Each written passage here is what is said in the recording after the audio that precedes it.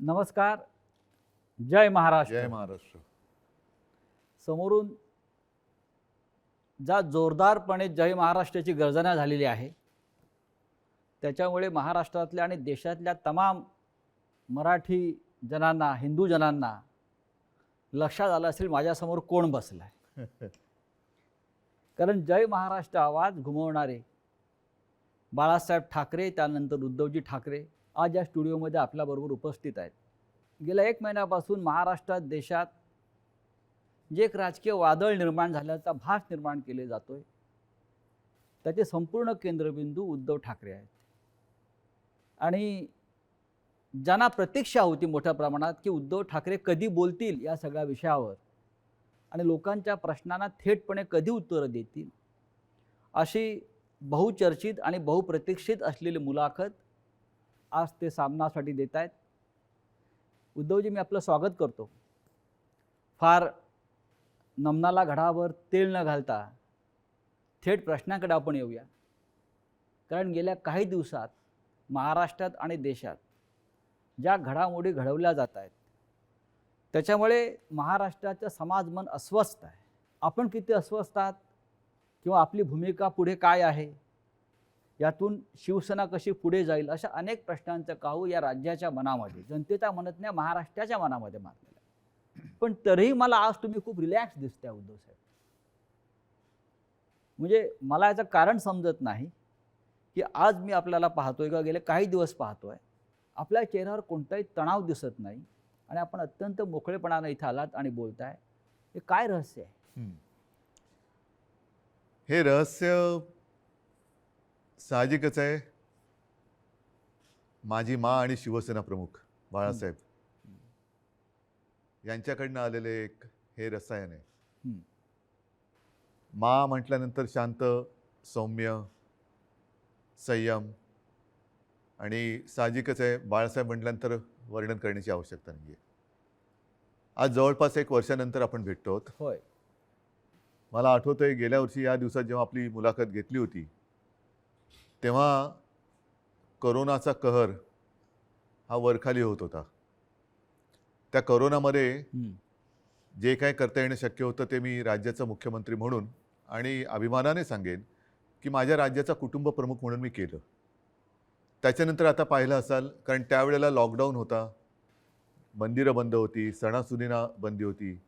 पण यावर्षी आपण पहिली पंढरपूरच्या वारी, तिला परवानगी दिली म्हणण्यापेक्षा तिच्यामध्ये कोणताही अडथळा येऊ दिला नाही आणि जल्लोषात ती पार पाडली. म्हणजे पुन्हा एकदा सणासुदीला सुरुवात झालेली आहे. आता दहीहंडी येईल, गणपती येतील, नवरात्री येईल, दिवाळी येईल. पुन्हा एकदा आपल्या आयुष्यामध्ये उत्सव, उत्साह आणि आनंद याची सुरुवात झालेली आहे. एक मध्ये जणू काही पॉज बटन दाबलं गेलं होतं. आपल्या सगळ्यांच्या सहकार्याने आपण कोरोनातून आणि त्या संकटातून बाहेर पडलो. मला आनंद आहे. आत्ता आपण सुरुवातीला जे म्हटलं की एक वादळ आल्याचा आभास होतोय. वादळ म्हटल्यानंतर पालापाचोळा उडतो. तो पालापाचोळा उडतोय सध्या, आणि तो पालापाचोळा एकदा बसला की खरं दृश्य हे लोकांसमोर नक्कीच येणार आहे. मी शांत कसा, तर मला चिंता नाही आहे. चिंता माझी नाही आहे, शिवसेनेची तर बिलकुल नाही आहे. हां, थोडीफार जी आहे ती नक्कीच मराठी माणसांची आणि हिंदूंची आहेच, हिंदुत्वाची आहे. ह्याचं कारण हिंदू द्वेष्टे हे आपल्या घरातच आहेत. मराठी द्वेष्टे, मराठी माणसाची एकजूट तुटावी, फुटावी, हिंदूंमध्ये फूट पडावी, आणि जी मेहनत माननीय शिवसेना प्रमुखांनी हयातभर केली मराठी माणसाची एकजूट करण्यासाठी, हिंदुत्वाची, हिंदूंची एकजूट करण्यासाठी, ती आपल्याच काही कपाळकरंट्यांच्या हातनं तोडावी, मोडावी असा हा प्रयत्न केला जातोय. ती मला एक चिंता आहे. आणि म्हणून मी जे म्हटलं की हा पालापाचोळा सध्या उडतोय, कोण कुठे, हा इकडनं पालापाचोळा तिकडे जातोय, पुन्हा इकडे येतोय, ही जी गळणं गरजेची होती ती पानं ही उडतात. मी मागे एकदा माझ्या मनोगतात म्हटलं होतं की ज्या वेळेला मी वर्षामध्ये राहत होतो, त्या वर्षामध्ये 2 झाडं ही आपल्या घराला लागूनच आहेत. एक आहे गुलमोहराचं आणि दुसरं बदामाचं. दोन्ही झाडं मी साधारणतः गेले 2-1 वर्ष बघतोय, ज्याला आपण पतझड म्हणतो. ती पानं पूर्ण गळून पडतात. पानगळ पानगळ म्हणतो. ती पानं पूर्ण गळून पडतात अशा काड्या राहतात. आपल्याला वाटतं अरे या झाडाला काय झालं, पण 2 ते 3 दिवसात पुन्हा नवीन कोंब येतात, अंकुर येतात. आणि मी बघितलंय 8 दिवसामध्ये 10 दिवसात ते बदामाचं झाड सुद्धा हिरवंगार झालं, गुलमोहर सुद्धा हिरवागार वा, झाला. वा. म्हणून जी सडलेली पानं असतात ती झडलीच पाहिजेत. ती झडतायत पानं, ती सडलेली पानं आहेत. म्हणजे आता पानं झडून पडतायत. आता सडलेली पानं झडतायत. ज्यांना त्या झाडाकडनं सगळं काही मिळालं, सगळा रस मिळाला, सगळं मिळालं म्हणून त्यांचा टवटवीतपणा होता, ती पानं सगळं झाडाकडनं घेऊन ती गळून पडतायत आणि हे बघा कसं उघडं बोडकं झाले झाड, असं ते दाखवायचा प्रयत्न करतायत. पण दुसऱ्या दिवशी आपला माळीबुवा येतो, ती झाड सगळी पुन्हा ती पानगळ केराच्या टोपलीत घेतो आणि घेऊन जातो. आता ती प्रक्रिया सुरू आहे केळ्याच्या टोपलीत झडलेली सडलेली पानं टाकण्याचा. आता सुरू झाले, आता नवीन कोंब फुटायला लागलेले आहेत. आणि शिवसेना आणि तरुण युवा हे नातं हे शिवसेनेच्या जन्मापासूनचं आहे. नक्कीच, कारण वयाच्या 80 हां, मात्र एक आहे, हां. अजूनही काही ज्येष्ठ शिवसैनिक हां. ते येऊन येऊन भेटत आहेत, ज्यांनी बाळासाहेबांसोबत काम केलेलं आहे, पहिल्या पिढीचे ज्यांना म्हणू, आणि तो संघर्ष त्यांनी पाहिलेला आहे, संघर्ष केलेला आहे. त्यांना शिवसेना म्हणजे नेमकं काय ते कळलेलं आहे. त्यांना आत्तापर्यंत अनेकांना शिवसेनेकडनं काही मिळावं अशी अपेक्षाच नव्हती, आजही नाही आहे. पण ते येऊन येऊन आशीर्वाद देत आहेत. तुम्ही आता मगाशी वर्षाचा उल्लेख केलात, मलबार हिलवरचं वर्षा बंगला, मुख्यमंत्र्यांचं निवासस्थान. आणि मगाशी मी आपल्याला म्हटलं की आपण खूप रिलॅक्स दिसताय. पण मला असं दिसतंय की मलबार हिलवरून आपण परत मातोश्रीला आल्यावर जास्त रिलॅक्स झालं. जास्त माझं घर आहे ते. म्हणजे मी तुम्हाला एक सांगतो मुद्दामून, ह्या काही हे माझे अनुभव आहेत. हां. जेव्हा माझी शस्त्रक्रिया झाली, हं. 2 शस्त्रक्रिया झाल्या होत्या. तो एक अनुभव माझा वेगळा आहे. तो कधीतरी तो फार विचित्र अनुभवातून मी गेलो आणि ठीक आहे.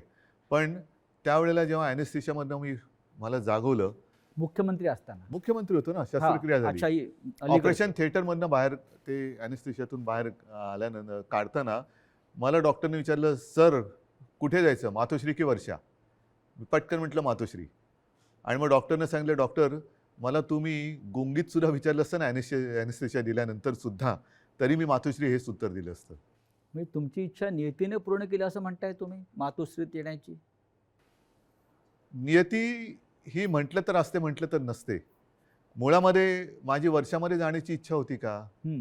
हां, ह्याचा अर्थ ते आता मुख्यमंत्रीपद गेले म्हणून मी वाईट असं नाही, ते एक वैभव आहे. म्हणजे त्या मुख्यमंत्रीपदाचा वर्षाचा मी अजिबात अनादर करणार नाही. ती एक वेगळी वैभवशाली वस्तू आहे. महाराष्ट्राचं मुख्यमंत्रीपद हे मोठं वैभवशाली पद आहे, जबाबदारीचं पद आहे. त्याचा पूर्ण आदर ठेवून मी कधीच वैयक्तिक अशी स्वप्न बघितली नव्हती. पण त्यावेळेला जे घडलं ते आजच्या लोकांना, ज्यांना आपण विश्वासघातकी म्हणू, त्यांना ते पूर्ण माहिती आहे कसा पण पाठीत तुम्ही- वार केला गेला आणि तुम्ही- कोणत्या परिस्थितीत महाविकास आघाडीला आपल्याला जन्म द्यावा लागला. हो, पण तुम्ही इस्पितळात असताना, तुम्ही गुंगीत असताना तुमचं सरकार पाडण्याचा प्रयत्न होत होता. त्या विषयावर बोलू का? असं साधारण तुम्ही सुद्धा काही कारण ठिकाणी मला सुतवास केलेला आहे. कुठेही त्या माझ्या अनुभवातनं सहानुभूती नको आहे. तो फार वाईट अनुभव होता. मानेची शस्त्रक्रिया ही कोणत्याही डॉक्टरनं किंवा कोणालाही ज्याला माहिती आहे त्याला विचारले का त्याच्यामध्ये धोके काय असतात, ह्याची कल्पना मलाही होती. पण ती करणं मला गरजेची होती. ती केल्यानंतर पहिली शस्त्रक्रिया झाली, त्यातून मी चांगला बाहेर पडलो होतो. अचानक एक 5-7 दिवसानंतर सकाळी जाग आल्यानंतर, खरं म्हणजे त्या दिवशी मला डॉक्टरने सांगितलं होतं की उद्धवजी उद्या आपल्याला जिना चढायचं आहे. तर मी मानसिक तयारीत होतो की आज जिना चढायचं, एक एक पाऊल पुढे जायचं आहे. सकाळी जाग आल्यानंतर जरा थोडासा एक आळस द्यायचा प्रयत्न केला तर मानेमध्ये जो एक असा क्रॅम्प म्हणतो असा आला आणि माझी मानेखालची सगळी हालचाल बंद झालेली. म्हणजे मला श्वास घेताना मी बघत होतो माझं पोटही हलत नव्हतं. पूर्णपणे मी निश्चल झालो होतो. एक ब्लड क्लॉट तिकडे आला होता.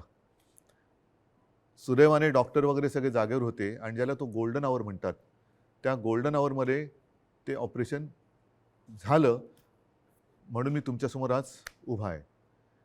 त्या काळामध्ये माझ्या कानावर येत होतं, माझे हातपाय हलत नव्हते, बोटं हलत नव्हती. सगळ्यात टेन्शन मला होतं की समजा कुठे काय डास चावला, मुंगी चावलं तर खाजवायचं कसं.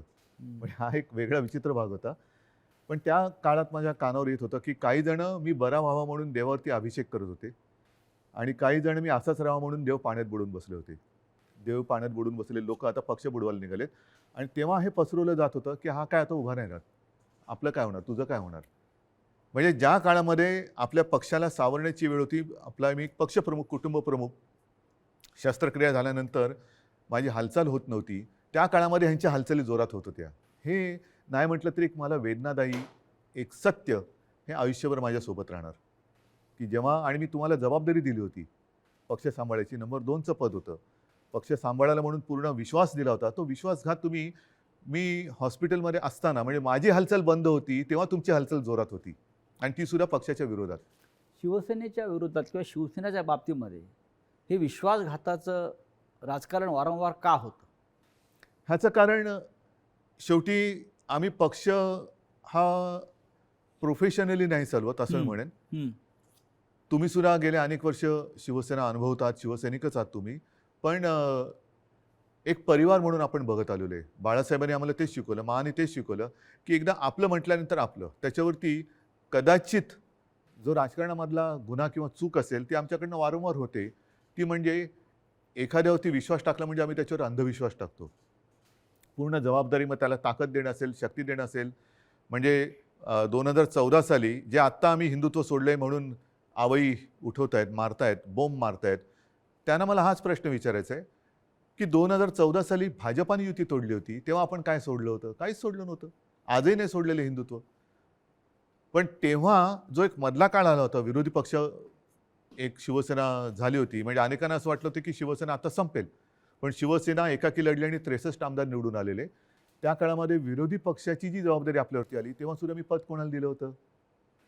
आता सुद्धा जर भाजपनी आत्ता जे केलेलं आहे हे माझ्याशी बोलणी केल्याप्रमाणे हे आत्ता केलं, हे बोलणी केल्याप्रमाणे तेव्हा केलं असतं तर सन्मानाने झालं असतं. देशभरामध्ये पर्यटन करण्याची गरज लागली नसती.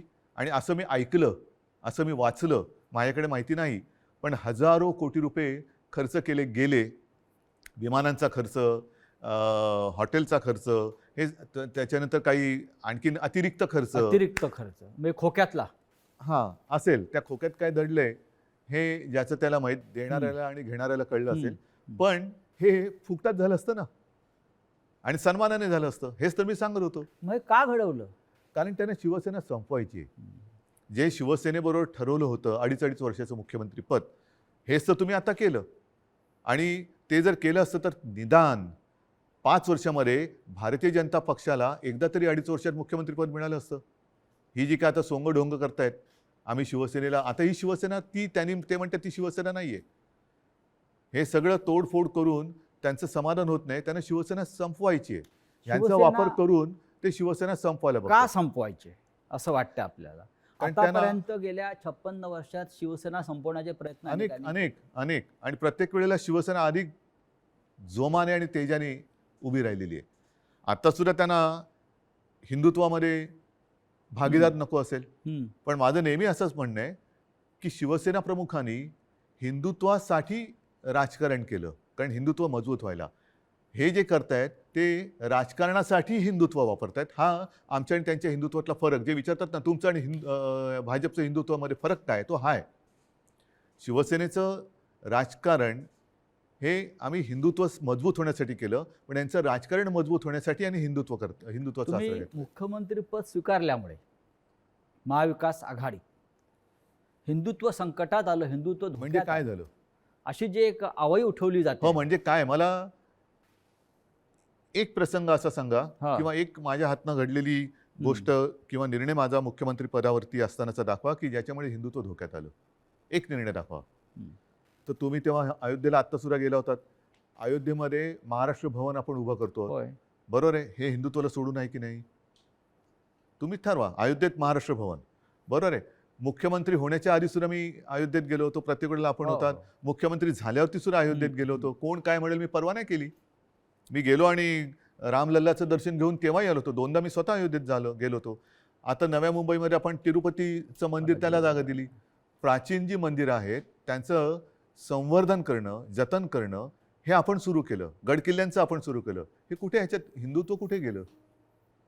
हिंदुत्व तर असं कोणताही निर्णय नाही आहे की ज्याच्यामध्ये आपण हिंदुत्वापासून दूर गेलेलो आहे. अशा अनेक गोष्टी सांगता येतील. तुम्ही आज ज्या संघर्षमय कालखंडातून जात आहात याची कधी अपेक्षा केली होती? बघा, शेवटी शिवसेना आणि संघर्ष हे तर एकमेकाच्या पाचवीला पुजलेले आहेत. आणि मागे कोणीतरी असं म्हणालं होतं, ते मला वारंवार त्याचा अनुभव येतोय, की शिवसेना ही एक तळपती तलवार आहे. ती जर मॅनेमध्ये ठेवली तर ती गंजते. त्याच्यामुळे ती तळपलीच पाहिजे. आणि तलवार तळपणं म्हणजे संघर्ष आलाच. अर्थात याचा अर्थ अर्थार्थी कोणी घेऊ नये की तलवारीने वार कराबिरा, असं नाही माझं म्हणणं. ही एक उपमा आहे. आणि त्याच्यामुळे संघर्षासाठीच तर शिवसेना जन्माला आली. त्यावेळेला मराठी माणसासाठी, भूमिपुत्राच्या न्याय हक्कासाठी शिवसेनेचा जन्म झाला. त्याच्यानंतर हिंदुत्वासाठी शिवसेना लढली. मग ते 92-93 साल असेल किंवा कधी असेल. त्याच्यामुळे शिवसेना आणि संघर्ष, जिथे अन्याय तिथे वार, हे शिवसेनेचं ब्रीदवाक्य आहे. ज्या ठाण्यानं शिवसेनेला पहिली ताकद दिली, म्हणजे शिवसेना प्रमुख बाळासाहेब ठाकरे आणि ठाण्यांचं एक भावनिक नातं होतं. एक पहिला भगवा झेंडा जो आहे हा ठाण्यात फडकला आणि बाळासाहेब अभिमानानं त्यांच्या संपूर्ण कालखंडात जीवनात त्या सांगत राहिले की ठाण्यानं मला पहिली सत्ता दिली. त्याच ठाण्यातून शिवसेनेला आव्हान उभं राहिलं. ठाणेकर सुज्ञ आहेत. हे जे पालापाचोळा जो आहे ते म्हणजे काय ठाणेकर नाहीत.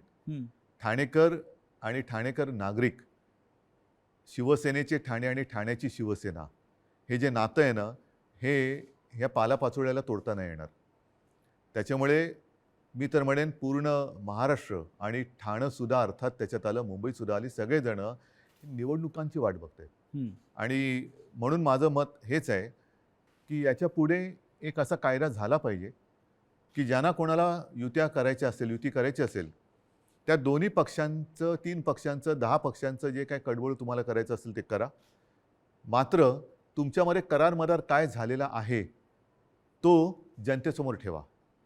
जागा वाटप किती होणार आहे, कोणत्या ध्येयावरती, धोरणावरती तुम्ही युती करणार आहात, काय पुढे करणार आहात, हे करा. म्हणजे काय झालं असतं, एक तर जे माझं आणि भारतीय जनता पक्षाचं ठरलं होतं ते जे आता आधी नाकारून आता त्यांनी ते केलं, हे आधी जनतेसमोर उघडपणाने आलं असतं. दुसरी गोष्ट, निवडणुकीनंतर जे काय त्यामुळे मला करावं लागलं, महाविकास आघाडीचा जन्म नसता झाला. तो महाविकास आघाडीचा जन्म आम्ही दिला तेव्हासुद्धा तुम्ही बघितलं की आम्ही शपथ जी मी घेतली ती शिवतीर्थावरती घेतली. छत्रपती शिवाजी महाराजांच्या पुतळ्याच्या आणि बाळासाहेबांचं स्मारक आहे तिकडे, त्या साक्षीने घेतली. हजारो लाखो लोक आणि शिवतीर्थ हे भगवं पूर्ण फुलून गेलं होतं, ओसांडून वाहत होतं पूर्ण. म्हणजे जर लोक नाराज असतील तर तिकडे कोणी आलं नसतं. पण तरी देखील माझं मत असं आहे की आता निवडणुका घ्या. जर आम्ही महाविकास आघाडी स्थापन करून चूक केली असेल तर लोक आम्हाला घरी बसवतील. आणि जर भारतीय जनता पक्षाने माझं, कारण शेवटी जनता मला ओळखते, नाही म्हटलं तरी आता आमची 6वी पिढी ही महाराष्ट्राच्या जनतेसाठी काम करते. 6वी पिढी, त्याच्या आधीच्या पिढ्यासुद्धा होत्या. पण एक तर लोक त्यांना घरी बसवतील त्यांनी चूक केली असेल तर, जो करार त्यांनी आमच्याशी केला होता तो तोडला म्हणून, नाहीतर आम्ही पाप केलं म्हणून आम्हाला घरी बसवतील. होऊ द्या जनतेच्या कोर्टात फैसला, माझी तयारी आहे. पण या सगळ्या कालखंडामध्ये कधी नव्हे तो एक अघोरी प्रकार होतो आहे, जो महाराष्ट्रात कधीच झाला नव्हता. तो म्हणजे कोणीतरी संपूर्ण शिवसेना हायजॅक करण्याचा प्रयत्न करत आहे. कारण त्यांना पर्याय नाही आहे. कारण नीट लक्षात घ्या, हा महत्त्वाचा प्रश्न आहे, एक बारकाव लक्षात घ्या. जे काय थोडंफार कायद्याचं ज्ञान मी लोकांशी बोलून, कायदेतज्ञांशी बोलून समजून घेण्याचा प्रयत्न केलेला आहे, त्यातून सांगतो की पूर्वी 2/3 ही सदस्य संख्या झाली का वेगळा गट स्थापन करता येऊ शकत होता. आता तो कायदा गेला. आता हे जे बाजूला झाले ते भले 2/3 असतील किंवा आणखीन काहीतरी असतील, त्यांना वेगळा गट स्थापन करता येत नाही. हे कायदेतज्ञांनी सांगितलेलं आहे. मी कायदा लिहिलेला नाही, मी कायदा वाचलेला नाही. मी घटनातज्ञांनी ज्यांनी त्याचा अभ्यास केला त्यांनी सांगितलेली मतं ऐकून आणि त्यांच्याशी बोलून सांगतोय. म्हणजेच काय की ह्या गटाला कुठल्या ना कुठल्या तरी पक्षामध्ये विसर्जित किंवा सामील व्हावं लागेल ह्या गटाला. मग त्यांच्यासमोर पर्याय काय आहेत? एक तर भाजपात जावं लागेल, नाहीतर दुसरे सपा आहेत, MIM वगैरे असे जे काही छोटे छोटे पक्ष आहेत त्यांच्यात जावं लागेल. आणि हे जर का कुठल्या पक्षात गेले तर भारतीय जनता पक्षाचा ह्यांना जो उपयोग करून घ्यायचा आहे तो उपयोग संपेल. कारण त्यांची ओळख त्यांना ती द्यावी लागेल की आता आम्ही भाजपात गेलो, आता आम्ही समाजवादीत गेलो, आता आम्ही बच्चू कडूंच्या पक्षात गेलो. तर म्हणून ते एक भ्रम निर्माण करतात की आम्ही म्हणजेच शिवसेना. जे मधल्या काळामध्ये क्लिप फिरली बघा, असं माझ्या काळात कधी झालं नव्हतं. माझ्या बाजूला उपमुख्यमंत्री अजितदादा पवार बसायचे, पण त्यांनी कधी माझा माईक नव्हता खेचला. काही वेळेला त्यांना अधिक त्यांच्याकडे माहिती असायची अर्थसंकल्प किंवा काय, तर मी त्यांना सांगायचो की दादा तुम्ही उत्तर द्या, पण माझ्याकडनं कोणी माईक नाही खेचला. माईक कारण खेचणं तुम्ही ठाकरे आहात.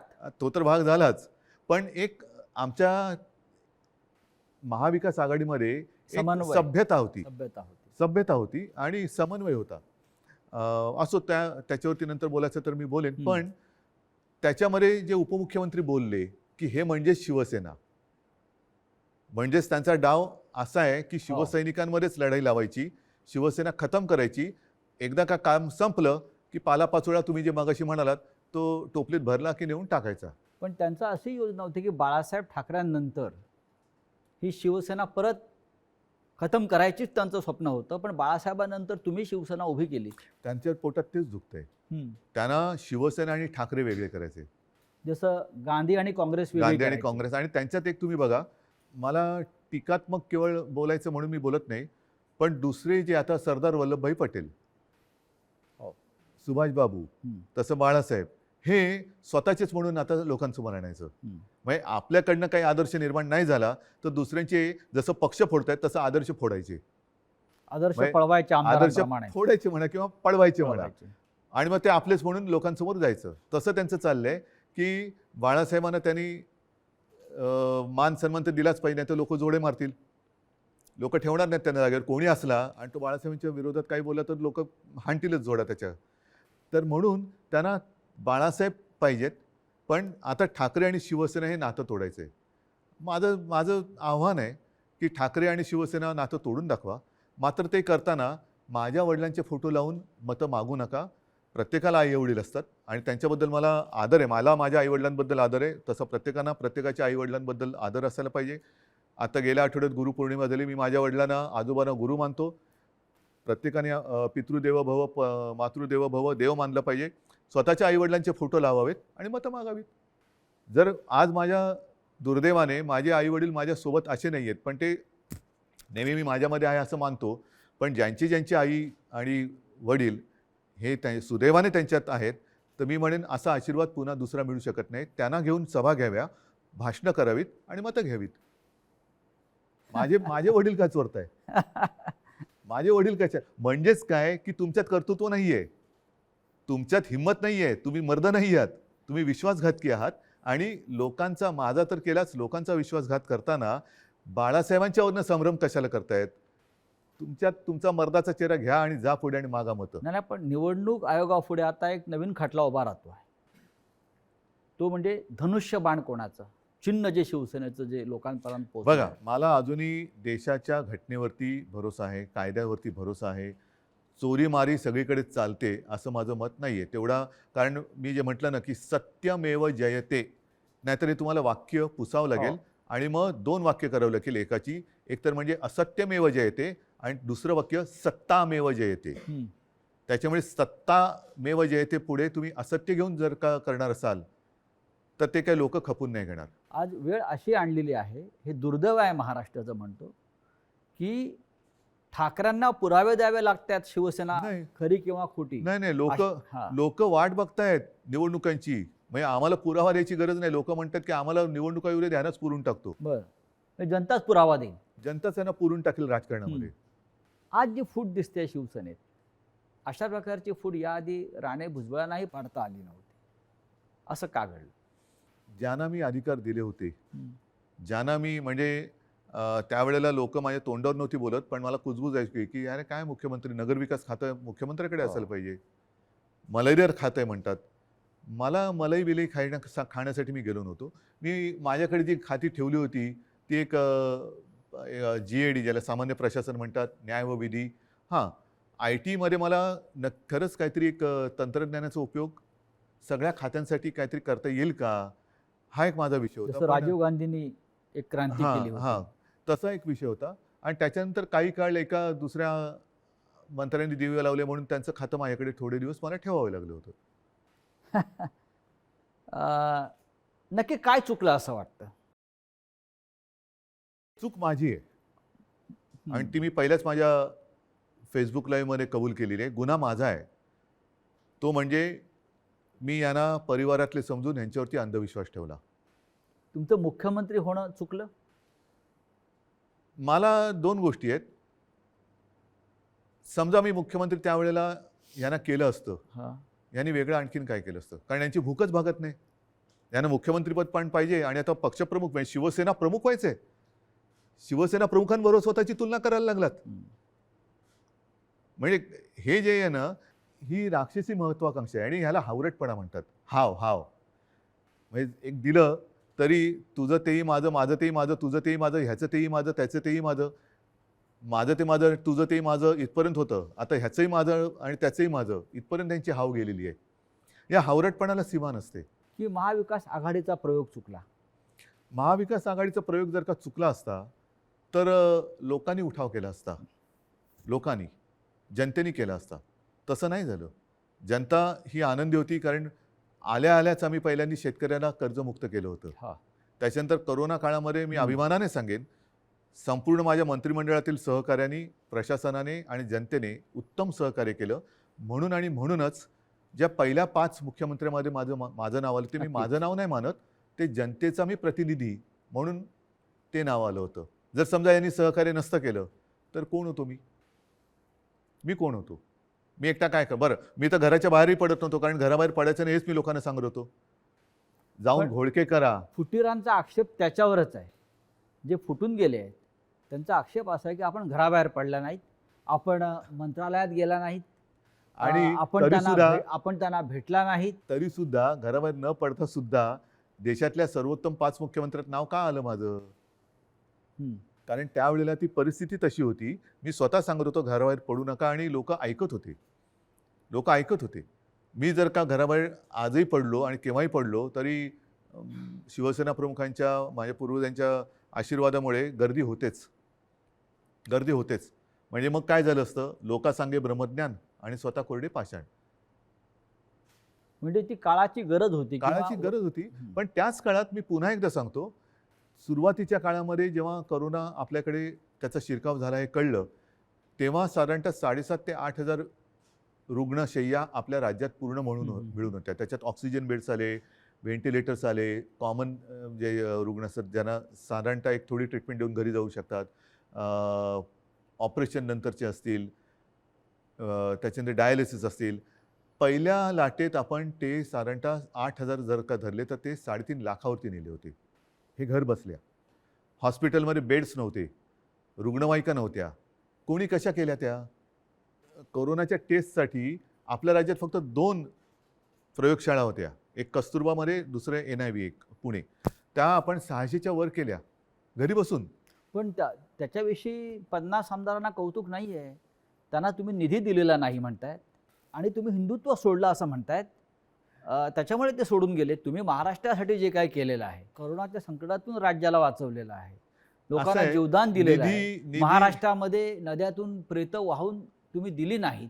त्याचं त्यांना शल्य असेल की असं नाही झालं, हे चुकीचं झालं असं त्यांच्या मते असेल. आणि महाराष्ट्राच्या जनतेला हा मुख्यमंत्री आपल्या कुटुंबातल्या घटक वाटत होता, आपला परिवारातला भाऊ, मुलगा. त्याच्यामुळे मला ह्या विश्वासघातकांना माझ्याबद्दल काय वाटतं ह्याची चिंता नाही आहे. मला माझ्या महाराष्ट्रातल्या जनतेला मी त्यांच्या कुटुंबातला वाटतो. ह्याच्यात असं भाग्य हे फार क्वचित कोणाच्या नशिबी येतं. ते मला नाही वाटत ह्यांच्या नशिबी आलं असेल. कारण ह्यांच्या डोक्यावरती जरी काही पदं आता मिळाली, कारण अजूनही हम तुम एक कमरे में बंदो असं यांचं मंत्रिमंडळ आहे.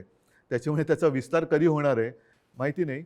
पण हे मंत्री जरी किती झाले तरी कपाळावरती जो विश्वासघाताचा शिक्का बसलाय तो नाही पुसता येणार. तुम्हाला असं वाटत नाही का की जे तुम्हाला सोडून गेलेले आहेत मोठ्या प्रमाणात त्यांनाच तुम्ही सर्वाधिक दिलेलं आहे आणि ज्यांना मिळालं नाही किंवा ज्यांना कमीत मिळालं ते आपल्या बरोबर राहिले? मला हेच म्हणायचं, ही शिवसेनेची ताकद आहे. शिवसेनेची ताकद काय आहे की सामान्यांना बाळासाहेबांनी असामान्यत्व दिलं. आता पुन्हा एकदा या सामान्यातून असामान्य लोक घडवण्याची वेळ आलेली आहे. आणि म्हणून मी माझ्या तमाम शिवसैनिकांना आणि माझ्या माता भगिनींना, बांधवांना विनंती करतो की चला परत उठा. आता पुन्हा एकदा सामान्यांना असामान्य बनवूया. कारण हे साधी लोक होती आणि ह्यांना ती चूक, मी पुन्हा तेच म्हणेन की ही चूक माझी आहे की त्यांना ताकद दिली. पण त्या ताकदीने ते उलटा वार नुसता नाही केला, तर राजकारणामध्ये ज्या आईने जन्म दिला त्या आईला गिळायला निघालेली अवलाद आहे. नुसतं आईवरती वार करणारे आपण म्हणत होतो तशी नाही आहे. ही राजकारणात ज्यांनी यांना जन्म दिला त्या आईला म्हणजे शिवसेनेला गिळायला निघालेली अवलाद आहे. ज्या पण तेवढी ताकद हो, त्यांच्यामध्ये नाही आहे, कारण शेवटी आई ही आई असते. नक्कीच. तुम्ही आईचा उल्लेख केला. कालपर्यंत हे सगळे लोक या शिवसेनेला आपली आईच मानत होती. तुमच्याबरोबर वर्षावरती अनेकांना मी बसलेले बघितले शेवटच्या क्षणापर्यंत. हो, पण आत्ताच तुमचा आधीचा प्रश्न काय होता की मी यांना भेटत नव्हतो. तुम्हाला भेटून ते कधी सुरतला गेले, कोण गोव्याला गेलं, कोण गुवाहाटीला गेलं. 50 खोक्यांची इतकी ताकद असू शकते जी निष्ठा विकत घेऊ जाऊ शकते. निष्ठा नाही विकली जात. विकली जाते ती निष्ठा नसतेच. निष्ठा ही म्हणजे विकली जाऊ महाराष्ट्रात शकत पण नाही. महाराष्ट्रात पण झाडं आहे, डोंगर आहे, हॉटेल आहे. किती सुंदर आहे महाराष्ट्र. महाराष्ट्रात म्हणजे फार ग्रामीण भागातल्या आमदारांना महाराष्ट्राच्या निसर्गाची भुरळ पडत नाही आणि गुवाहाटीच्या निसर्गाची भुरळ हो. पडते. म्हणजे मला कळतच नाही, मग तुम्ही महाराष्ट्रातल्या मातीत कसे काय जन्माला आलात? ज्या महाराष्ट्राच्या मातीत जन्माला आलात त्या मातीची तुम्हाला ओढ नाही, प्रेम नाही, त्या मातीची तुम्हाला कधी वैभव दिसलं नाहीये काय? मी स्वतः कलाकार आहे. मी माझ्या त्याच्यावरनं सुद्धा त्यावेळेला चेष्टा झाली होती. पण मी गडकिल्ल्यांची फोटोग्राफी केलेली आहे, पंढरपूरच्या वारीची केलेली आहे आणि त्यावेळेला तुम्ही महाराष्ट्र बघितला, एवढा त्या पावसाळ्याच्या सुमारास मी सगळी फोटोग्राफी केलेली, एवढा नटलेला थटलेला आणि छान काय काय दऱ्या खोऱ्या एवढ्या फुलांनी बहरून जातात. तुम्हाला आम्ही तर शहरी बाबू, तुम्ही ग्रामीण भागातले, तर ग्रामीण भागात राहून तुम्हाला महाराष्ट्राचं सौंदर्य दिसत नाही, त्याचं वर्णन करावं असं कधी वाटलं नाही. आणि डायरेक्ट गुवाहाटी, मी गुवाहाटी का वाईट नाही म्हणत, प्रत्येक प्रदेश चांगला आहे, पण ह्यांना हे काय मातीसाठी करणार? इतिहास काळापासून दिल्ली आणि महाराष्ट्राचा कायम झगडा आहे. मग औरंगजेब, छत्रपती शिवाजी महाराज असतील, संभाजी महाराज असतील, दिल्लीने महाराष्ट्रावर सतत पाठीमागून वार केले किंवा महाराष्ट्र संपवण्याचा प्रयत्न केला. कारण काय? हे आणि आता आजही तेच चित्र आहे ह्याच्या मुळाशी जाण्याची आता गरज की वाटते की आजही शिवसेनेचा सूड घेण्यासाठी ते बाळासाहेब ठाकरेंच्या अस्तित्वाला सुरुंग लावत आहे. मान्य, पण ह्याच्या मुळापर्यंत जायची गरज आहे. कारण जोपर्यंत हे दिल्लीत गेले नव्हते तोपर्यंत बाळासाहेब ठाकरेच यांना जपत आले होते.